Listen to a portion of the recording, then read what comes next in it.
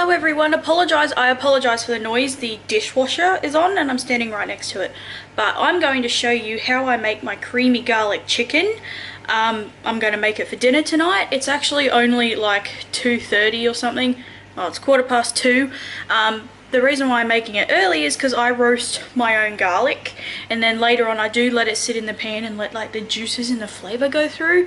So that's why I like to make it a bit early. Plus there's a few other things I want to do this afternoon, but I'm just going to make it early, and I'm going to take you through what I use and everything and how I make it. So if you guys are interested in seeing how I make my garlic chicken, then just keep watching. So the ingredients you need are fairly simple. I have some light cream. I bought the light one just because I am trying to be a bit healthier. This is my cheat meal for the week, so I'm just buying the light one. Normally we'd use full cream, but I want the light one. Spinach, mushrooms, chicken breasts. There's 3 here. We normally do like I think our portion, we do 1 small chicken breast per person, so there's a portion left over for me to freeze. A large onion. I always try and get a large one because I love onion. 2 whole bulbs of garlic. 2. Yes, I like it to be extremely garlicky. This is the pasta I'm using, shortcut angel hair. This is the only pasta my grandmother will eat. It's pretty much the only pasta anyone will eat in our family. If it was up to me, I'd use penne or bow tie or something, even the shells, like the little seashell ones, but that's the pasta we're using. Salt and pepper. Oh, don't need that, that's my almonds. And the 2 little herbs I use are chives and a tiny bit of ginger. So it's very simple, but it tastes absolutely amazing. So the first thing I'm going to do is roast my own garlic. That takes, excuse me Shadow, the cat's climbing up the chair, I apologise. So it takes about 45 minutes. Now if you are in the US and using Fahrenheit, you want to turn your oven on to 400 degrees. If you are using Celsius, it's approximately 200 to 205. It said it was like 204.5555. When I converted from Fahrenheit to Celsius, I just turned my oven on to 200. That way it's just a set amount. The cat is running around absolutely everywhere, so I apologise. So what you want to do is have the whole bulb, cut it in half. I will show you this. Cut it in half, put it in some foil, drizzle it with a bit of oil, wrap it up, and then stick it in the oven for 45 minutes. So my oven is already turned on and preheating while I was setting all this up. I'm going to show you what I mean by cutting this in half and everything, and then just put it in the oven for 45 minutes.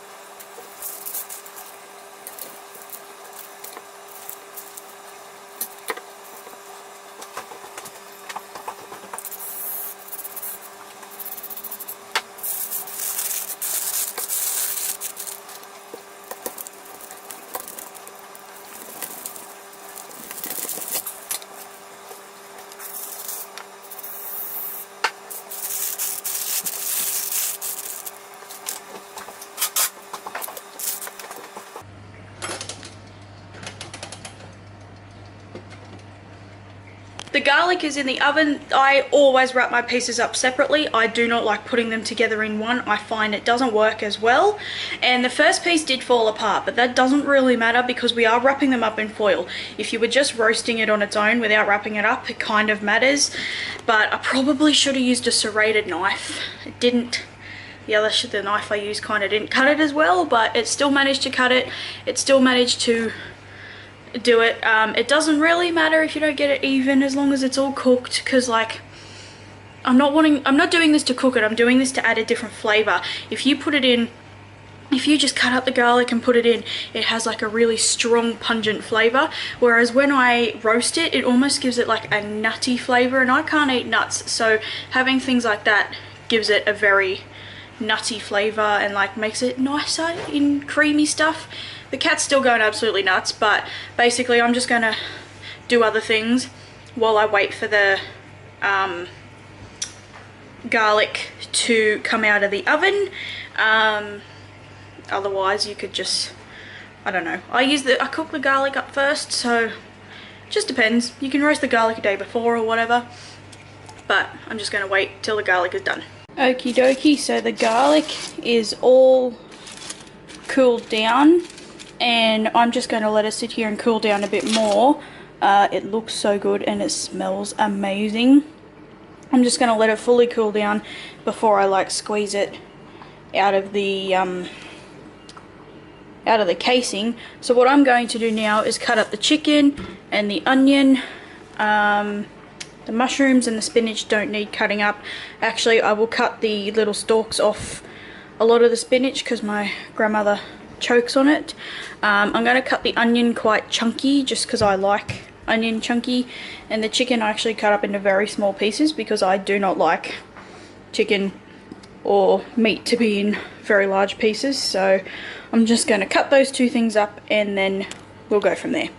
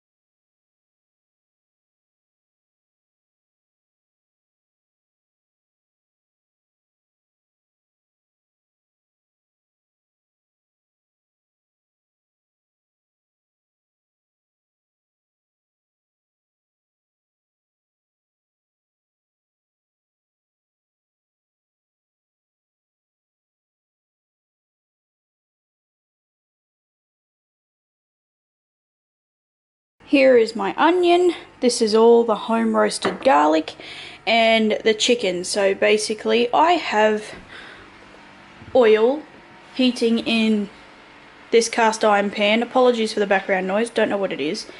And so I'm going to cook the chicken first, then I will add the onion, then I will add the garlic after that, and then I will just add the mushrooms and the spinach. The spinach will probably go in last just because it takes so quickly to wilt. But yeah, I'm just going to cook the chicken, the onion, the garlic and things like that, and then later on I will add the cream and then the like spices and things. So I'm just explaining it now and you guys will see when I show you.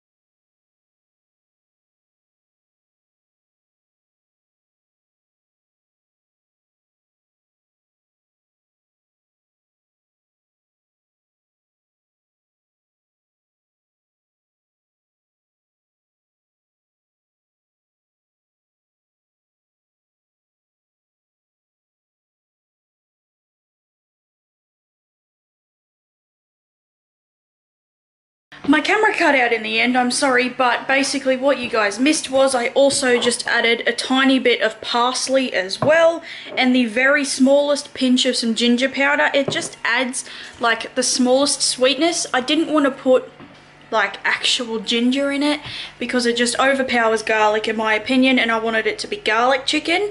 So I have added the tiniest bit, like half a teaspoon if that, of ginger powder, and it's just added just a little touch. It tastes amazing. I have tasted it. I am just going to let it sit there now. It's 4:20. We eat dinner for 6 o'clock. So I'm just going to let that sit there now, and I'm going to serve it over some pasta. So I might actually go and have a bath and finish tidying up my room. My camera also only has 2 bars of battery, so I need to charge that because I also want to film something after dinner. And other than that, yeah, I have no idea what that background noise is. I'm sorry, I think it's my next door neighbor drilling something. And I also added some Parmesan, a little bit of Parmesan to the stuff as well because I just wanted some cheese in there.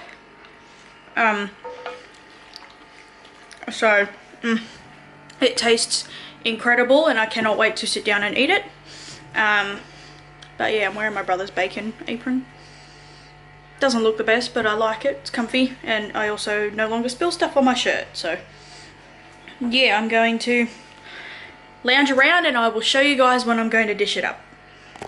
Okie dokie, so I have added some pasta to the mixture. I also found some leftover red onion from our nachos that we had last night. There was a tiny bit left over, so I added it to that as well.